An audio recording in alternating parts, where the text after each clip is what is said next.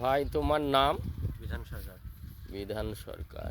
India গ্রোর branded যে প্রোডাক্টগুলো কি কি প্রোডাক্ট ব্যবহার করেছো? ভূয়াস্ত্র দিয়েছি, মডিফাই দিয়েছি, হুম, মা স্প্রে নিয়েছি। আচ্ছা।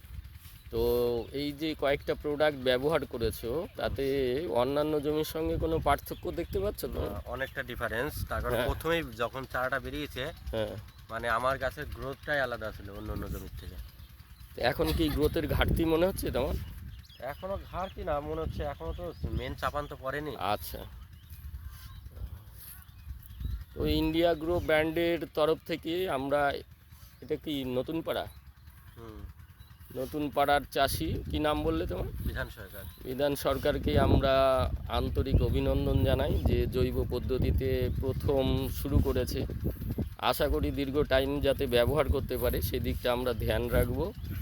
সবাই, সমস্ত কৃষক বন্ধুরা যারা এই চ্যানেল দেখছেন তাদেরকে অশেষ ধন্যবাদ।